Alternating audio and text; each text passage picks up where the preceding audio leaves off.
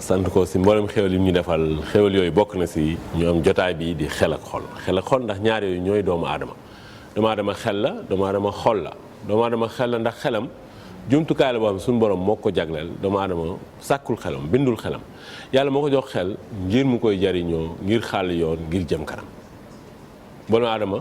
doomu aadama mboolem jafe-jafe yi nekk ci kanam yëpp xelam saafara si fa la nekk doomu aadama bu jëfandikoo xelam rek da ngay gis saafara yu bëri day juddu xoolal lii xelu doomu aadama togg yëpp tey ba yekk ko mel ni ay télévision mel ni ay téléphone ay autorail ay gaal ay tali ay kër ay ordinateur internet yooyu yëpp xelu doomu aadama moo ko togg yekk ko doomu aadama xelam dafa fort tubaab yi ñoom nga xamante ni ñoo jiite àdduna bi ñoom ëpp ñu doole de ëpp ñu am ëpp ñu man ñoom lan la ñuy ëpp gën ñoo fonk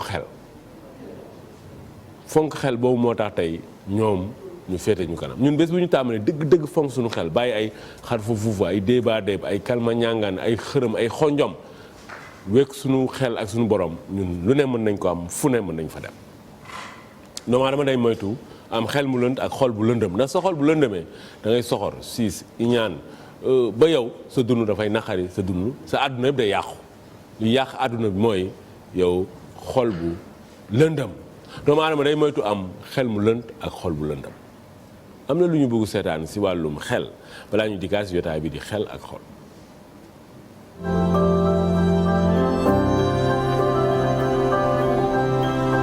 delloo njukkal waa Régie tey Roxoye Daba Mbodj moom moo nekk ci réalisation bi sunu ñëwkat muy Pape Sy njiit création fii ci HLM Nimzaat moom it delloo ko njukkal sunu jotaay bi ñëkk tey xel ak xol ñu ngi si ànd ak Laye Bamba Seck moom dafay gëstu si wàllum marketing en sama Aliou Diop tey moo yor kàddu association ànd sauver gox bi Aliou di nuyu la ziar. ñoo ngi lay fay Tunkara. Laye Bamba yow di la nuyu la ziar. Laye Bamba li nga yëngu lu mu doon. marketing laa yëngatu. marketing mooy lan. marketing bu fekkente ne bii kuy jaay la marketing mooy pexe yi muy utiliser ngir mën a jaay la muy jaay kam koy jaay am ko na mu ko bëggee ca moom miy jaay tamit mu am bénéfice bu fekkente ne bii koo xamante ne bii jaayut la définition boobu du mën a valable kuy def politique par exemple xam nga jaayut dara amul clientèle te wutit aussi rentabilité mën nañ définir kon pour ñoom marketing pexe boo xamante ne bii ab barabu liggéeykaay am na ko wala organisation am na ko ngir nit ñam seqal liggéeyam nit ñoo gis ci seen bopp moom it mu gis ci boppam ci gàttal. tey li nga bëgg leeral lan la. li ma bëgg a leeral mooy dama yaroo ci Bawol am loo xamante ni dafa ma metti mu am diggante les années 90 ba début 2005 boo xoolee jamono yooyu ñu nekkoon Europe moodu yu bëree bëri ñu ngi may dégg defoon nañu ay effort d'investissement fii ci réew mi.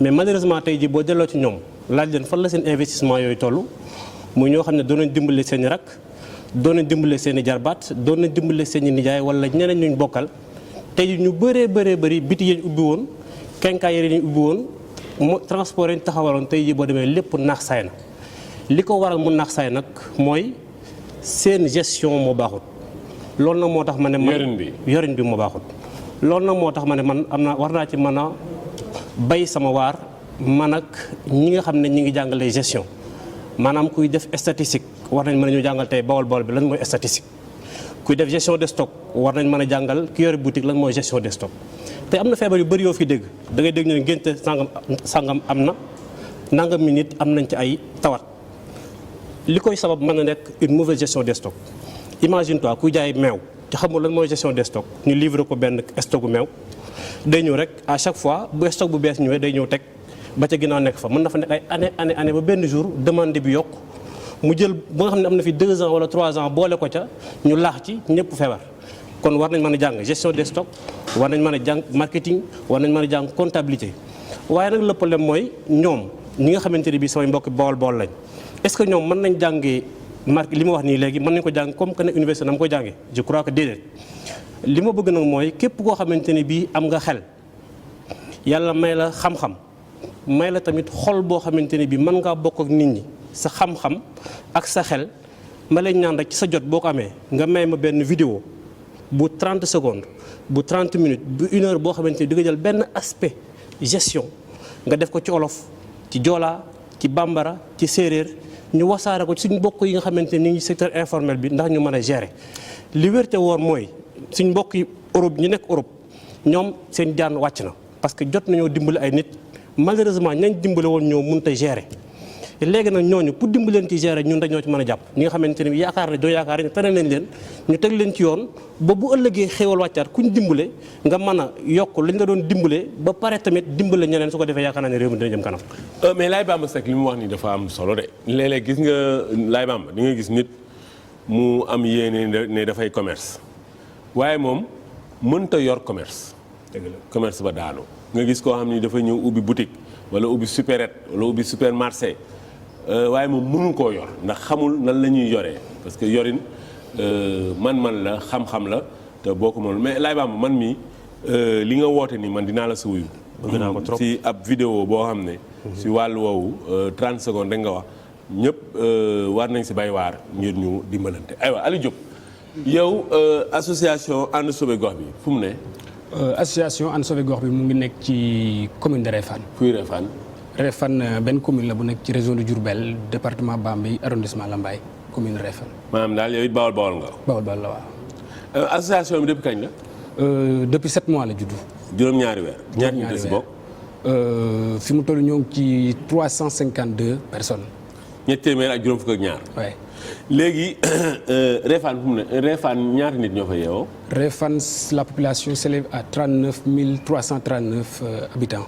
moo nekk fanweer junne juróom-ñeent ak ñetti téeméer ak fanweer juróom-ñeent. léegi Réfane superficie bi lan.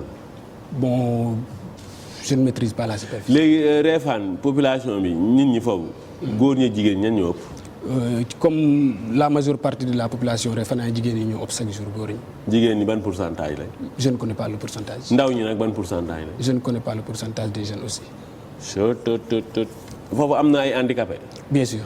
xam nga ñaata lañ. non. léegi li nga bëgg leeral tey lu mu doon. mais Aliou Diop balaa nga tàmbali tamit am na yoo xam ne nit da ko war a xam daal si goxam. statistique. voilà mooy léegi li kii di wax ni gis nga takk lim mboolemu liggéey fa lay tàmbale takk lim ñaata ndaw ñaata jigéen ñaata góor ñaata élève ñaata étudiant loolu day tax ba soo buggee liggéeyal ñooñu liggéey bi day gën a yomb aywa li nga bëgg leeral tey lan la. li ma bëgg a leeral Tunkara comme ni nga ko xamee association ànd sauver gox bi dafa am objectif d'abord association ànd sauver gox bi front la boo xamante ni day xeex pour lutter contre la privatisation du forage de Réfane loolu mooy suñu objectif. en fait association ànd sauver gox bi juddu ci benn contexte boo xamante ni état du Sénégal dafa jël décision pour privatiser forage yi nga xamante ni ñoo nekk ci kaw gi dénk ko OFOR jël liggéey boobu dénk ko société canadienne bu ñuy wax Aquatec directeur général Aquatec Sénégal nekk Pape Boy Diop. ci réforme boobu waa Réfane d'accorduñ ci dem ba benn instant ñu am problème ak gouvernement bi am problème ak sous-préfet parce que d'accorduñu pour ñu ñëw jël seen forage mooy le forage qui se situe à Réfane centre. may fàttali ne li tax ñuy bañ réforme boobu mën nañ koo tënk ci point yu bëree bëri bi ci njëkk mooy ñun Asifor moo doon doxal les forages ruraux bu njëkk réforme bi war a ñëw jëlee fi Asifor teg fi OFOR. Asifor bi mu ngi doon jaay le mètre cube d'eau à 150 francs OFOR nee na moom bu ñëwee du ko jaay 150 francs 250 francs la koy jaayee donc une augmentation de 100 francs par mètre cube d'eau je pense que c'est un peu. benn mètre cube d'eau benn mètre cube ndox ñaata litre la. 1000. yaa benn mètre cube 1000 la. ouais. allo 1000 la wala 10 000. 1000 j'ai dit. wóor na. ouais. aywa léegi yéen lan ngeen proposé.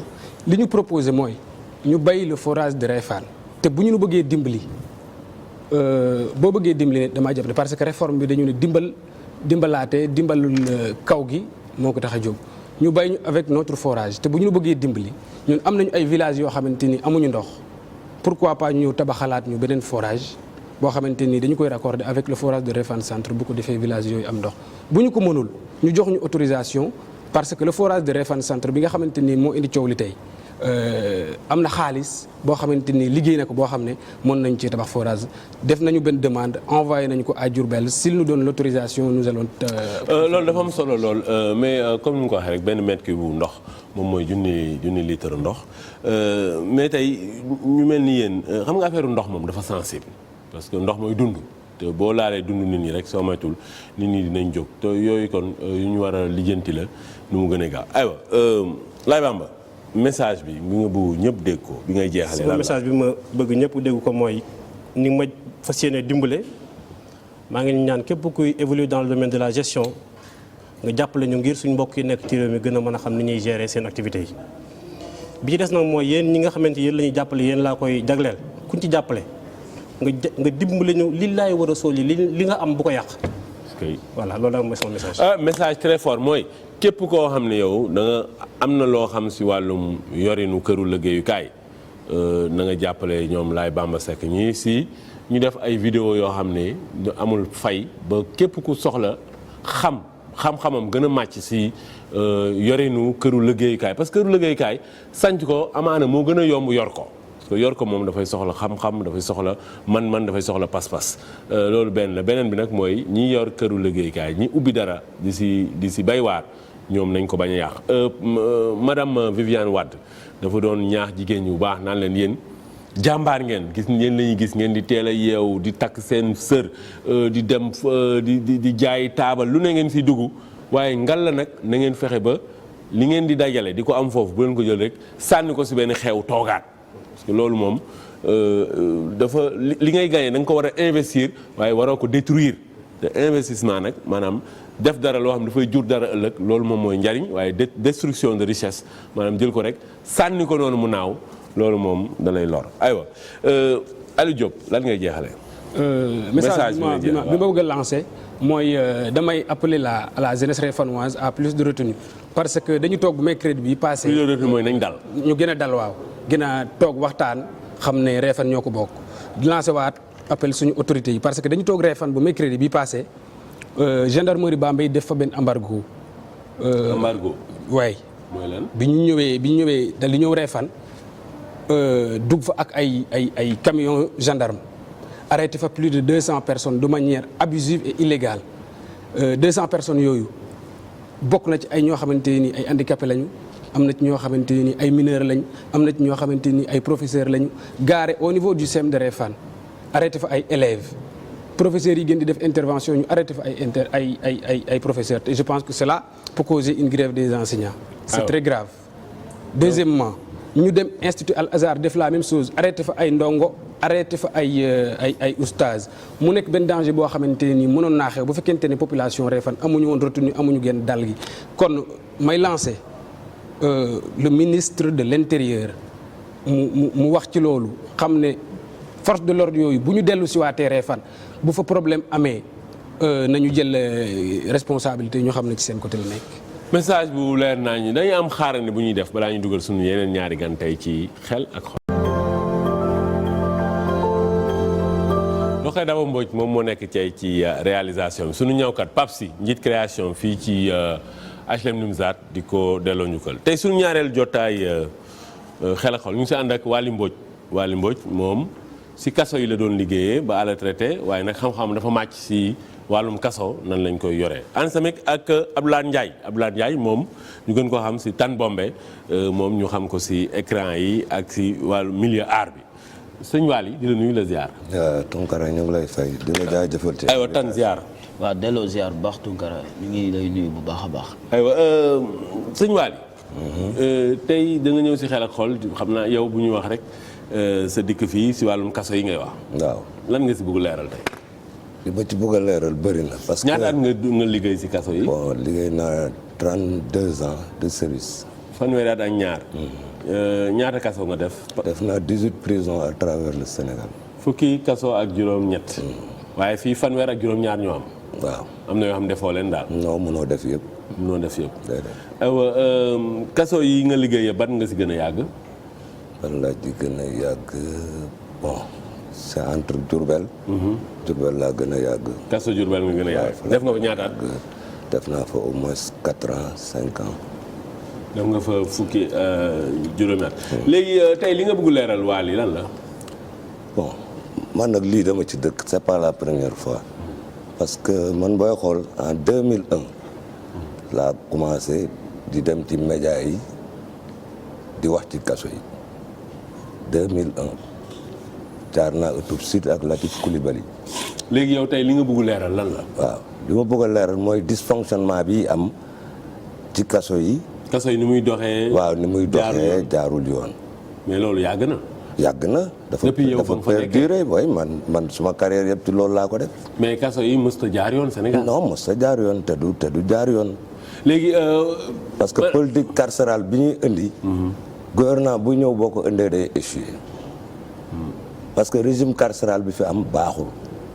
mooy emprisonnement en coma cellulaire de jour comme de nuit. loolu dafa am lu muy favoriser. lan lay favoriser. promiscuité agressivité homosexualité. promiscuité mooy nit ñi jege lool. agressivité mooy nit ñi maanaam. ànd ak xadar. voilà ba pare homosexualité mooy ngóor jigéen. voilà ngóor jigéen a fa. ah mais bien sûr. yéen daa ngeen ko gis yéen jamono ji ngeen nekkee foofu ci kaso yi. non pas nga gis ko directement mais des fois nga gis ku ko réclamer. ne dañ koy. waaw effectivement. dañ koy siif day am. dañ koy sàkku. day am des fois sax nga gis ñu joxe seen bopp noonu ils le font. pour lan. parce que band yi dañ leen di noot day am. bon léegi yow tey li nga bëgg loolu pour yow saafarawu pour sunu kaso yi lan la. li ko mën a saafara mooy de un prison yi man li may wax toujours c'est archaïque. archaïque mooy daa weesu. dafa weesu. ministre Sidiki Kaba bi mu ñëwee dafa ñu am lu mu ñu promettroon mais damay construire dans chaque capitale régionale une prison d'une capacité de 1500 places. D'accord waxu politique boobu nag ci la ñuy dëkk donc dara du faju. bon mais ministre bu bees bi moom. am na kaso yoo xam ne fi ñu nekk baaxul dañ ko war a déloger. comme ban. yooyu yëpp am na comme demal Njaareem en pleine ville ci boori marché bi. waaw loolu dëgg la. nga dem Bambey kaso bi fi mu nekk aussi en face de l'hôpital. Kaffrine nag. Kaffrine ma ne la amul benn kasu Sénégal bu baax yi ma def man Vélingara Bakel Tamba. mais kaso bu baax mënu fee am parce que kaso yëpp tubaab yi leen tabaxoon. waaw mais justement moo tax nag benn kaso. moo tax dangu jël initiative tabax benn kaso mais loolu pour lan. ah parce que dañu doon ragal ne ku tabax kaso. dañu non loolu wax bu yàqu la. ndax la. loolu wax bu yàqu la ça n'existe nulle part. ah Sénégalais yi xam nga ñun nag dañoo bëri ay yu ñu gëm. yoo xam ne loolu nag tant que ñu ngi koy gëm duñ dem. bon mais ministre ouest bi nag nee na kaso jam kii bi ñuy tabax fii Sébikotane boobu dina yegg. ça ne résout pas le problème nit ñi du da nga leen di jàpp rek di leen tëj loolu ça ne résout pas le problème mais il faut créer des pôles de développement agricole risicole maraîcher en milieu carcéral ñu mën a am occupation. mais commencé woon nañ ko fi colonel Massar. non mais loolu dayul c'était à Sébi mais dayul mais mën nañ ko élargir un peu partout. Anambé mu ngi nale. man j'ai fait Vélingara waaw Anambé waaw. mais liñ fay exploité ci périmètre dafa tuuti. non dama ni colonel. waaw mon colonel yàlla na ko yàlla yërëm. Massar bët Sénégal. waaw bët Sénégal. bët la créé woon bët la créé woon yàlla na ko yàlla yërëm mais. maanaam tàmmali la woon boo xam ni. tey waroon nañ yegg beneen niveau. lu tax affaire bi demul justement mën nañ la vallée du fleuve là lu muy jëri. Helcom on peut faire de la culture arachidière. ñaata nit lañ tëj ci kaso Sénégal yi. bon ça day varier entre 90 000 non 9 000. ak 10 000. 9 000 ak 10 000. waaw keroog ministre bi wàcc ba 8 000 sax. keroog ministre bi mu demee assemblée nee na 10 700 xaw ma 251 yu mel noonu daal jàppatu ma chiffre exact. des fois mu wàcc ba 8 000 des fois mu wàcc mu dem. mais nee na waa lu tolloo fukki junni nit ñu ngi leen jël ne leen ràpp ci kaso yi fii. te ñun suñu kaso yi ni muy doxee mooy dañuy jël rek tëj leen ne la ràpp. doo génn doo dem fenn doo liggéey amul dara. mais bu yàggee da ngay dof oisiveté boobu tu ne fais rien mais dañ leen di sacrifier. fii de bu ñu la tëjee kaso moom da ngay yow dootoo nit yow bokkatoo. mais et puis li ci gën a con encore. taux de récidive bi parce que amul benn programme de réinsertion sociale amul. ah loolu de moom sunu kaso yi moom dëgg-dëgg. amul Tane Bombe. yow xam nañ ne bu baax si wàllum théâtre yow tey lu la fi indi. waaw li ma fi indi mooy dama am benn projet boo xam ni dama ko defoon daaw muy benn festival bu mag. boo xam ni ñu ngi ko doon wax festival international de théâtre à Guédiawaye Festic Théâtre 2019 bi nag mooy dugg ci 2e édition bi mu commencé na actuellement activités yi sax commencé na parce que le 24-25 novembre bi ñu génn dama amoon ay gan yi nga xamante ni ñu ngi jóge woon fële ca Tugal ñëw doon defal formation sama organisateurs yi formation bi mu ngi doon wax ci la bonne gouvernance marketing planification et la communication. waaw muy ñoo xamante ni Canada lañ jóge muy ku góor ak ku jigéen. yow tan affaire théâtre yi yow jàng nga ko. théâtre non du jàng comme école parce que boo ko jàngee yow pour ñun Sénégal boo demul école des arts rek jàngoo théâtre mais am na ñu nekkoon école des arts ñoo xamante ni tey ñoom ñoo ñu formé ku ci mel ni Ibrahima Mbaye Soppe ku ci mel ni Matar Diouf waaw ku ci mel ni Kader Diarra ñoom ñoo ñu yor Blaise Senghor tàggat ñu waaw Kader bari na ñu génnee école des arts ñoo xamante ni kon yow ñooñu ñoo la jàngal waaw mais dama nag école des arts vraiment léegi yow tey wàllum théâtre est-ce que mu ngi lay dundal yow waaw bu baax mu ngi may dundal di dundal ñeneen ñu sës ci man. yow nan nga si amee xaalis. waaw ni ma ci amee xaalis mooy spectacle yi may joué ak wax dëgg fa yàlla aussi tamit demal na ma ba ubbil ma yeneen bunt yoo xamante ni tey maa ngi liggéey ci benn télévision ñu koy wax Na TV. man maay directeur de production bi aussi actuellement maa ngi ci ay production daf may utal ay place yoo xamante ni peut-être bu dul woon théâtre du ma ko am. waaw mais nag théâtre bi yaa ngi koy delloo njukkal. waaw maa ngi koy parce que tey boo defee nii benn prestation yow ay ñaata lañ lay fay. mais Tunkara loolu moom. loolu waxtaan la waaw waxtaan la mais nag. boo ñëwee ba fii war nañu mën a waxtaanee salaire moom du loo xamante ni xam nga dañ koy wax. parce que non man mun naa la sama salaire loolu du dara. non yow toog naa nga ni fii amoo fi salaire. waaw loolu moom dëgg la. waaw kon xëy na peut-être am na feneen ak feneen foo am salaire foo xamante ni. yaa muus loolu mooy tey soo ma laajoon naa la ne aw ma ba pare ne nag waxal comme laaj ñoom. non mais tey dafa am solo tamit cachet yi. mais ngeen ñeme di si wax parce que tan naa la wax dara ñun Sénégal. dafa am benn xeetu bañ a wax dara boo xam ni loolu rek lañ gëm bu nekk si ñun. xaalis ñun dañ koo bëgg. gëm ko mais kenn ñeme koo wax. mais tey yow tan war nga ñëw ne man sama cachet. su ma defee kii lii la dina am xale bu lay seetaan. mais c'est cachet yi du loo xamante ni day doon comme cachet yoo xam ne exact yu tolloo la quoi. tey am prestation yëpp yamuñu. waaw mais dañuy jox misaal rek. nañu tey bi ma defee prestation fii est-ce que yow tey mën nga def prestation grand théâtre. grand théâtre mos naa fa def prestation parce que joué naa fa deuxième mi-temps ak ñoom Gëw ñu jóge ñoom kii Sirike ak Souké. mooy deuxième mi-temps Côte d'Ivoire waaw boobu 2S sax moo nekkoon partenaire bi. dëgg la waaw boobu léegi mais tan yow lu tax ku mel ni yow par exemple. voilà mais loolu dafa am solo ñoom Gëw ñooñu. xam nga nañuy ñëw tey ñoom.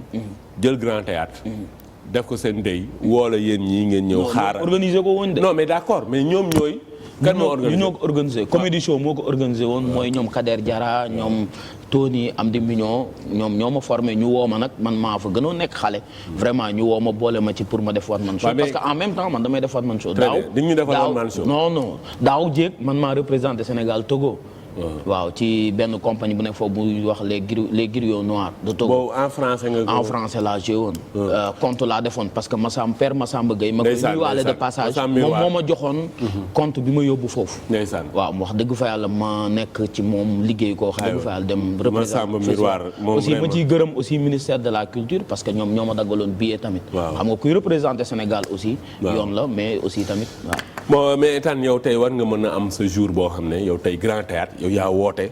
pour def sa prestation lu tax loolu ba léegi amagul. xam nga loolu lan moo tax amagul mooy Tunkara Sénégal la ñu nekk man dama mës a dem grand théâtre man Serigne Ngagne ak Père bu xar ñu doon fa ut benn programme bu ñu waroon def ak Kaysi Bousso jour boobu la fa Jamel waroon jouer.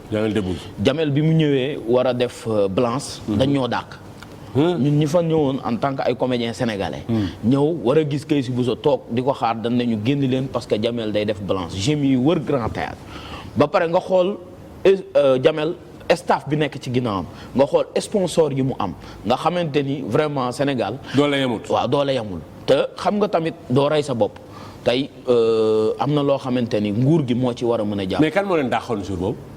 non GMI ak encadrement yi ñoom. mais ngeen leen yéen ay artistes ngeen comme Jamel nii. Jamel seen naataangoo la. mais xam nga tey munoo fa nekk. yéen Jamel xam na leen. munoo fa peut-être man xoo wax mais dëgg est-ce que yàlla nuyoonte ngeen. non saafonte ñun gisuñu ko sax dañ nañu mu ngi waaj a ñëw pour def dara. gars yi ñàkkal leen xorom. waaw génnuñu. dàq leen comme boo leen doon ay da nga am ginaar yoo xam ni kes ngeen dem. voilà xam nga kon Sénégal am na problème ci wàllu théâtre gis nga baal ma foofu rek. Sénégal théâtre bi joxuñu ko cër bi. mais yéen yaa leen war a relever défi bi tan tey ku mel ni yow tey xam nañ la. yow yaa ngi def ay prestations ñëpp gis la mais tey yow boo ñëwoon nga organiser sa bésu bopp. def sa performance invité say nit ñoom Père bu Xaar ñoom Serigne Ngagne ñoo ñëpp. ngeen ñëw nag mu doon seen bésu bopp. mais loolu def nañ ko ba tàyyi te aussi ren. grand théâtre def grand théâtre defuñu ko fa mais du grand théâtre rek mooy lieu boo xam ne. fa la war a théâtre non du foofu rek la war a théâtre y a Blaise Senghor y a des autres centres culturels. fan mooy fi gën a fës tey ci réew mi grand théâtre la. grand théâtre moo gën a fës mais. moom lañ tuddee grand théâtre mais seen. est-ce que ñeme nga ko yow. ñeme naa fan. ñeme nga woote grand théâtre yow. man ma ñeme woote Bercy nga naan ma grand théâtre. kañ ngay woote si j'ai les moyens. ah non moyens yi kay yaa koy créé. non moyens yaa koy créé. non mënoo créé fii Sénégal dama am lu ma la bëgg a wax tuuti Tunkara gis nga ñun danoo créé benn fédération boo xamante ni aussi pour jooy li nga xamante ni moom moo ñu sonal fii ci Sénégal ci théâtre bi ñu ngi ko tuddee fippu théâtre.sn. yaa ngi dégg. fipp bi nag boo ko déggee métaphore la parce que gars yi dañuy dégg fipp ñu bari mere nañ ñu ci. tey ay kàngam yi nekk ci théâtre ñi nga xamante ni tey ñoom la wax ñoo jiite théâtre du Sénégal mere nañ ñu sax ci suñu fipp boobu parce que ay jeunes rek ñoo taxaw créé non bari na du mënu ma nekk fii di lim bari na ñoo xamante non du gaaruwaale parce que dem nañ ba ci autorités yi diñ jaxase ak ñoom dem ba ci ministre de la culture bari na mënu ma ko. mais yaa ngi wax ne ñooñu rambaaj lañ. non dañ leen rambaajee du question rambaaj. mais loolooy rambaaj non c'est que xam nga diviser pour mieux régner la. parce que ñoom pour ñoom ñun bu ñu jugee ñoom dootuñu am dara. loolu mooy rambaaj. ku dem si ministre di la boole. non di wax di yàq. di boole sax. xam nga loolu nu mu tudd. rambaaj si wolof. xam nga nit bu amee idée. léegi nag yow boo jiiñee gaañi tey ñi ŋànk théâtre fii nga ni ay rambaaj lañ. non waxuma ñi ŋànk théâtre am na ci. waaw haut et fort dama koy am na ci ñoo xamante ni man doyuñu ma référence. comme kan parce que non bari na. xam nga la moom jox la exemple du ma nekk fii di lim ay tur parce que dafa am lu muy indi mais bari na Tunkara bu ma la waxee di nga xam di nga comprendre mooy ñoom ñi toog di seetaan xam nañ bu baax li may wax. am na ci nag ay ñoo xam ne ay liggéeykat la ñoo xam ni ñu ngi jàpp ci di promouvoir le théâtre sénégalais. tan yow ñaata kilo ngay peese. man nag indiwuma balance de. musoo peese wu. non mus naa peese wu yàgg na. mais dama j'ai perdu du poids loolu yàgg na. fàtte naa ko sax. oui. xanaa yow léeg-léeg dooy dem si docteur mu saytu sa wérgu yaram. non mais Tunkara moom mu ngi dugg ci santé te maa ngi théâtre nga dugal ma ci santé quoi. mais tey loolu dafa am solo tan xam nga yow dafa am loo représenté. waaw est-ce que tey mus nga dem si docteur mu wax la si wàllum yaram. li muy def si man am naa médecin boo xamante ni moo may suivre. kañ nga xam mu ngi suivre actuellement yàggul. koo xam ne mais boo fa demee xanaa dina jël sa poids. non bañ jël poids du chaque jour ngay dem ñu jël sa poids. parce que sama régime lay topp. waaw mais sa régime kuy topp régime day jël poids. tan yaa ngi sàcc film bi. non poids moom jarul ñu koy man ma wax sa poids man mun naa xam toog nii ma njort sa poids.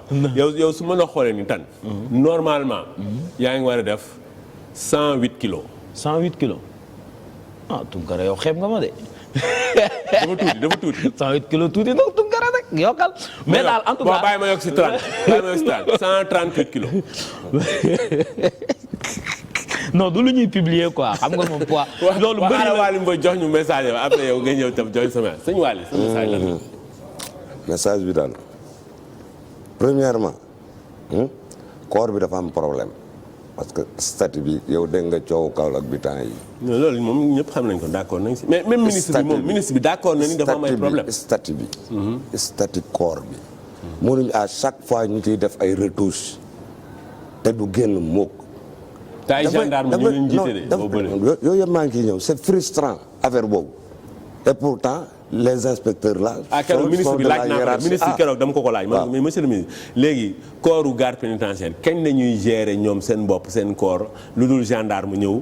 mais parce que loolu lañ def ci statut bi il faut que loolu dañ ci statut bi ba pare. mais léegi nekk nañ hiérarchie mën nañ ko gérer. mais il faut que lële nag dañ ci statut bi l'administration pénitentiaire ne peut être dirigée que par un colonel de gendarmerie bu njëkk dañ ci defoon ou un commissaire de police divisionnaire moo taxoon nga gis sàmm si nekkoon fi. mais il faut que affaire magistrat itam jiite nañu. jaar nañ fi kenn Cheikh Tidiane Diallo. c'est le seul waaw loolu li dëgg la moom rek. moo fi jaar. loolu li dëgg la. mais même le corps des surveillants là. li ñuy réclamer seeni droit nañ leen ko jox. statut boo xam du génn mukk au moment où on valorise les autres corps fii dañ leen di gën a suufeel man moo tax des fois je dis que c'est le parent pauvre du ministère de la justice. à l'administration pénitentiaire. est-ce que ministre de la justice mos ngeen gisee. kooka la man. man du ma gis ak benn ministre. man léegi laa yow sa message parce que li nga wax dafa am solo pour man. message mën na yem si nii. statut corps bi. waaw moom lañ war a xoolaat. waaw ba pare nag sunu kaso yi nag moom. kaso yi moom dañoo dépassé complètement parce que kaso yi ku am sa laadum sa xar boo fonk doo ko bëgg a dugal rëbës gi. doo ko bëgg a dugal kaso Thiès. doo ko bëgg a dugal kaso Bambey. doo ko bëgg a dugal kaso Vélingara. bu kaso Kolda moom. man tey Bambey laa jaar.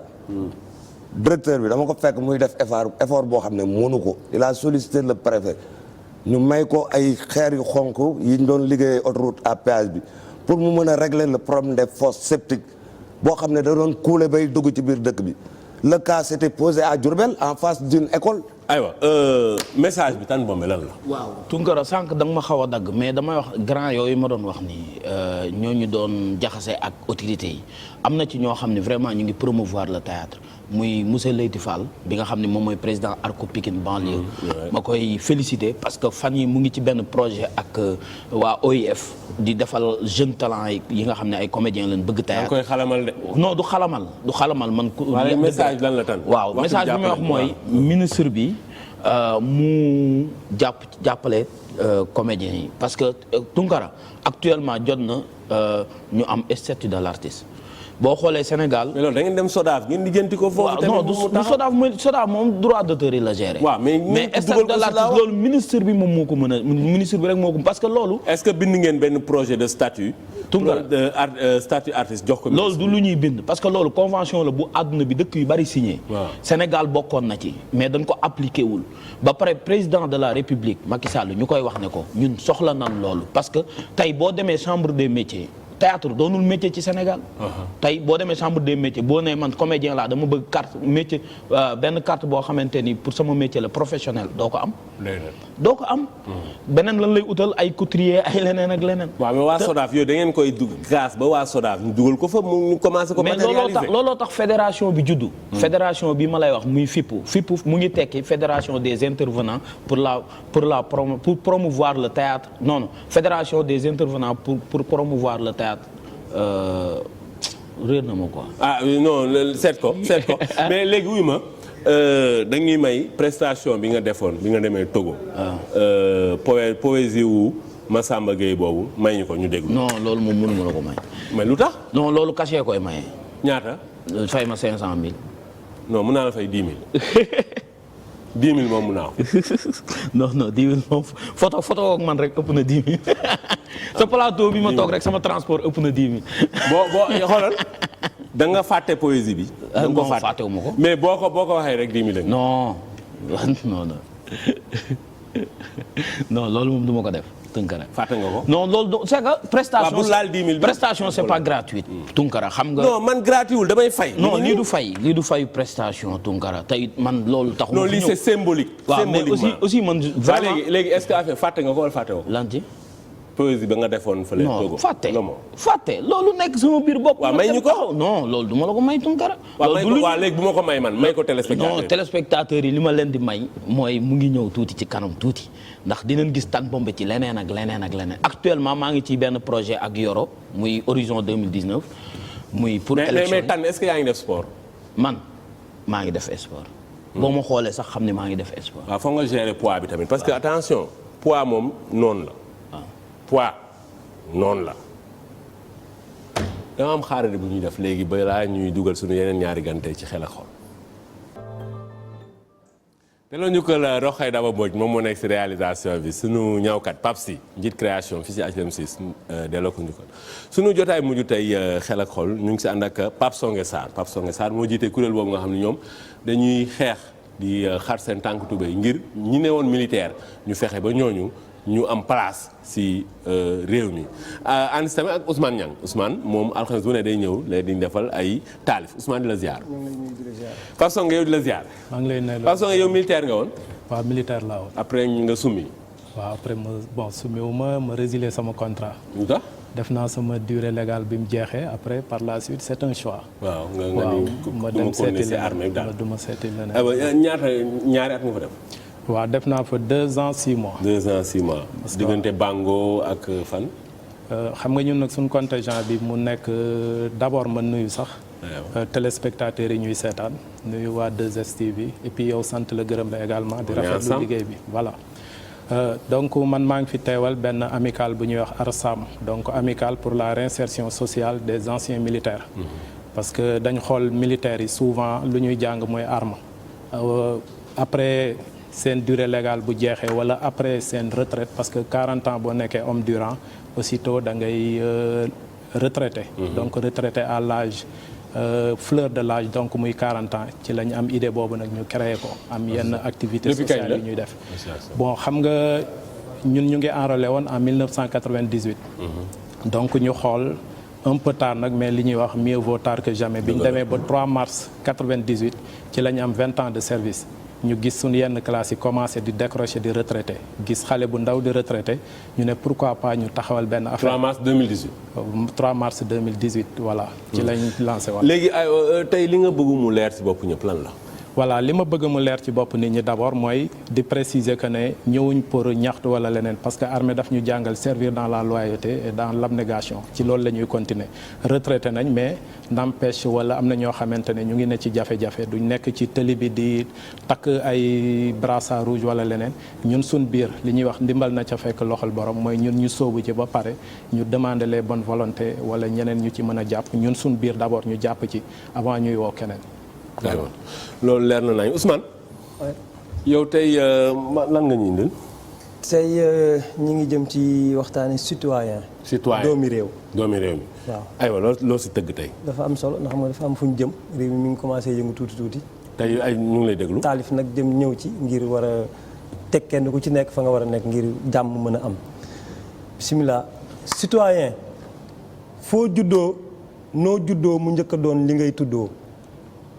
fa nga juddoo réew mu mu doon na muy wuyoo doom nga fay doon door di ko wuyoo lu waay di wuyoo da koy nuroo roy suy taxa nuroo doom di dëggal ndono li gën a wóor li ngay roy door di ko nuru doon ca doom am cay ndono ku war a miraas laaji tur ëpp ci sa bopp sam ay cër sam ci sam xel naan sam yuur lu ñépp bokk séddoo ko të bëggub cër bu mu tax nga di ko gor ak a ruur doonal gor liñ fi ji te yéene koo góob ñi fiy gor lañ koy dénk ñu koy sàmm doonal gor mooy tax a doon ab sàmm ku fiy sàmm pullo ardo mi fiy sàmm yendu àll war a màngi man ak mànga ku ci sàmmut soxla soow nañ ko sóor mat naa sàmm citoyen lu lay xaar gëm sa réew moo lay xaar yiir sa réew moo lay xaar ji sa réew moo lay xaar yàlla bay sa tool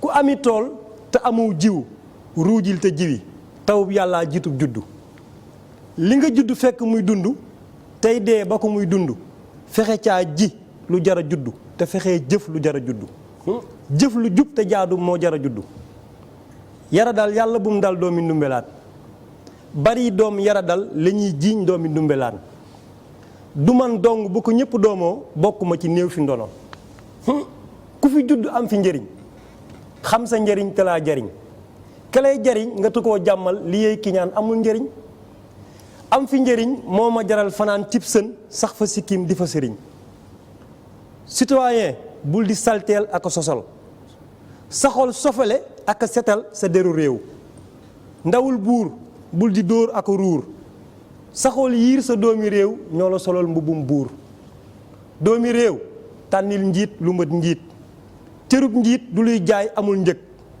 ku xamul nag ne amoo njëg ba waye di tax nga am fi njëg luñ la jaayee ndéem da nga ca jot na nga ca yem muy sag njot njiitum réew na nga ko jëmmal fab ko jàmmal jox ko cëram li nga judd fekk muy dund tey dee ba ko muy dund boo ca amee lenn ndono nu mu tudd nu mooy doylu doo fi doon ku ñuy roylu. est-ce que Ousmane Niang vraiment delloo ko njukkal parce que Ousmane li nga def nii man dama si gis ñaar. benn mooy koo xam ni bëgg na askanam gën a suqaliku. ñaareel bi nag mooy liggéey bi ñu siy def. parce que li nga def nii liggéey la da ngay toog. tëgg ko bind ko ba pare naan ko. mu ne sa biir xel nga ñëw toog sotti ko xam nga loolu liggéey la boo xam ne. vraiment di la si delloo njukkal yàlla na suñu borom barkeel. nangu te barkeel. aywa Pape Song. message bi lan la. voilà message bi mooy d'abord ñu plan d'action bi ñuy déroulé depuis le 3 mars donc ñu jéem ko vulgariser ba ñeneen ñi dégg ko. parce que comme li ma la waxoon rek ñun ci social la ñuy yëngu. am na suñ benn classe yoo xamante ñu ngi ne ci jafe-jafe prison jëlal nañ leen avocat loolu amical bi moo ko jël à ses propres ressources. également ñu dem ba xam ne arbre Noël dina am pour RTS dina am pour tous les agents de l'État mais duñ ko gis ci militaires yi wala ci seen veuve yi da nga gis koo xamante ne jëkkëram mu ngi nekkoon ci armée bi daanu au champ d'honneur kooku jabaram tey mu ngi fóot wala leneen affaire boobu mu nekk benn cri de cœur ci ñun moo tax le 25 décembre bi ñu war a tëgg benn soirée d'abord soirée bi programme bi dinañ jox ay cadeaux de Noël aux orphelins ensuite ñu dimbale également les veuves ba nga xamante ne dinañ mën a fête Noël bi donc fête boobu également ñu ngi ko def sous le patronage du général Babacar Gaye ki nga xam ne Babacar Gaye suñu histoire dafa lié quoi non Youssou Ndour tëgg. ah non Youssou Ndour les anciens enfants de troupe. ñoom lay tëggal yéen kan mooy yéen seen soirée koy tëgg. suñ soirée nag soirée discothèque lay ne parce que début bi amoon nañ ñun jëloon ay artistes mais par la suite on avait un problème de cachet parce que comme li ma la waxoon rek moyens yu bëriwul. doole yemul effectivement. donc mais li ngeen def dafa am solo lool parce que xam nga armée moom ku si ne kenn mënu laa fay. parce que taxaw yow. pare pour joxe sa bakkan pour ñeneen ñi am kaaraange loolu tey boo ko doon natt ñaata la kenn mënul natt loolu léegi nag kooku tey su demee ba nag loolu am joxe na bakkanam ngir ñun ñu am kaaraange mais léegi ñun kooku amal nañ ko njukkal lu mu néew mais ñun suñu réew yi dëgg-dëgg wane temps yi dégg nga ñu wax ñi demoon 91 jàmbaare seen xaalis waa loolu garaaw na de trop maintenant ñun nag comme liñ ñu yare mënuñ génn ci mbedd mi mais moo tax ñu créé suñu amical te yooyu yëpp xamoon ngeen ko yéen xam nañ ko ñu ngi koy dund maintenant on nous a appris de souffrir en silence mënuñ génn di wax mais on sait beaucoup de choses oui kon xaalis yooyu nax saay na nii mbër mënuñ topp ay nit jël ko noonu te yéen xam ngeen ñi ko jël non 91 moom fekkul ma fay je me rappelle à peine parce que 91 moom mais après ngeen def ay enquête xam affaire nan la demee voilà donc bon pour ce qui me concerne mooy amical bi am na ay injustice waaw am na ay injustice yoo xamante ne te xam nga militaire c'est la grande muette mënuñ nekk di wax voilà doo nekk di wax non militaire xam nga affaire yu sensible vraiment delloo mais ala kulli xaal moom képp koo xam ne militaire nga rek li la war a delloo njukkal parce que ki nga xam ni pare na pour joxe dundam pour yow nga am kaaraange kooku yow amuloo loo ko mën a fayee te Cheikh Anta Diop loolu doon wax mu ne réew ñetti soxla la am ñetti aajo bi njëkk mu ne kaaraange ñaareel bi nga moom sa bopp si wàllu politique moom beneen bi nga moom sa bopp si wàllu koom ñett yooyu moom mooy réew te bi si jiitu nag mooy kaaraange parce que kaaraange bu amul moom munoo am koom munoo doxal réew munoo jàng munoo faju munoo dara parce que kaaraange amut vraiment mbooleemu militaire yëpp ñi nga xam ni ñu ngi sous les drapeaux bëggoon naa profiter bon ma lancer benn appel également parce que servir le Sénégal moom lañ ci yaakaar parce que am na suñ benn classe je ne citerai pas son nom pour plusieurs raisons si suñ benn attaque dont j'étais présent ci la amoon benn ay éclat d'obus fi mu ne nii daf koy def ay crise d'épilepsie fan la woon Casamance waaw précisément dans l'attaque de Sarewali tey jii kooku mu jël ci éclat d'obus on l'a libéré parce que am na séquelles yoo xam ne du ñëw immédiatement après 5 ans 10 ans la soog a ñëw mu ñafe am chauffeur nekk chauffeur am permis mais muy daanu crise mënatul def dara muy jël ay comprimés yi rey yaram bi donc di demander un appel une bonne volonté ou bien même servir le Sénégal kooku mu jàppale ñu ci parce que loolu moo nekk loo xam ne parce que les difficultés on les surmonte mooy kii mais am na yoo xam ne sont des contraintes ñun mënuñ ci dara donc opération neurologie donc boobu vraiment ku ñu ci mën a jàppale donc jëlal ñu kooku en charge kooku daal mooy bi ñu dese PTSD post traumatic stress disorder léeg-léeg ñenn ñi dañuy am stress boo xam ne ginnaaw bi jeexi jaaxa bi amee la ñenn ñi carrément nag ay feebaru xel wala feebaru yaram dafay juddu ginnaaw bi nga xamee ni loolu am na mais vraiment militaire moom kenn militaire alkaati gendarme douanier képp kuy sol tenue kooku moom ñun amuñu fayam seen liggéey gënu koo noble parce que ñoom dañu pare pour joxe seen bakkan pour ñun aywa Ousmane lan ngay jeexale waaw li ñuy jeexale mooy sant ak ngërëm rek di la sant di la gërëm ci jàppandal bi mu ñu defal macha allah ak di nuyu tamit ñi nga xam ne comme bi nga koy wax léegi taalif moo demee noonu taalif a ngi noonu fayul mi ngi fi deewul mi ngi dund lu ñu tënk la nag boo gisee texte bi xaw na gudd tuuti mais yu ñu tënk la yoo xam ni bu ko askan wi teyloo firilu ko ñu dem ci ñu ko dégg ñu firil leen ko dina xam ni joxañ nañ ci ay ñu baree bare ñoo xam ni bëgg nañ ñu ànd dal ak tey ci li jëm si ci réew mi bi ci des mooy di sant di gërëm ñi nga xam tamit comme ni nga ko waxee ñoo ñuy topp di ñuy saytu parce que lii tamit structure la ñuy def nooree ni taalif structure la boo xam ni ku ci nekk ak li ngay def du benn jëmm rek am na ñu bari nekk ci ginnaaw boo demee bopp rue 1 ba rue 9 ñu ngi nuyu ñëpp boo demee fu ci mel ni kooki mbaar ma alkaan Gueye mi ngi fa ku ci mel ni Njaga da ciy jàpp ku ci mel ni Njoogu Njaay ñoom ñëpp ñu ngi fa ak suñu yeneen yaay bi may ñëw rek yóbbante yu baree bare ñi ngi ma koy jox jëmale ko ci yow ci sant ak gërëm ak ñoo xam ne tamit ñi ngi suivre émission bi di la seet am na ci benn maire sax mi ngi may tooñ naan ma man de Tunkara laa fas yéenee wooteel ci élection yi ma ne ko yii de bokkul waaw mu ne ma déet man ci passé sax moom laa sànni loolu ma ne ko dafa wuute yii nag bokkul mu ne xam naa moom sa soppe la lool macha allah lay topp dossier bu baax ñaanal ko suñu borom rebal ko jàmm bëgg naa bu jot amee tamit incha allah nga seet ko ndax ñu ngi lay bëggee aywa loolu moom jàmm ak xéwal rek moom moo si nekk aywa Passon nga lan ngay jeexale voilà li may jeexale mooy d'abord ma sant ak gërëm sama classe yi nga xamante ne ñoom ñoo nangu ma jiite leen groupe boo xam ne fort de 274 personnes il y a des sous-officiers supérieurs des officiers et des sous-off ñu nangu man civil ma jiite leen peut-être am na nekk bu ma nekkoon ak ñoom peut-être ñoom loolu ñoo ko jugé donc di rafetlu confiance boobu mu am ci man beneen bi également mu am benn colonel Abou Diouf colonel intendant bu nekk Thiès kooku également vraiment moo ñuy coacher donc liñ naan feccu liir bu neexee rek am na ku jàpp ci mbagg yi moo tax vraiment du ñu am dérive beneen bi may terminer nag mooy sunu coup de cœur fa ma dëkk muy Gàmbul Congu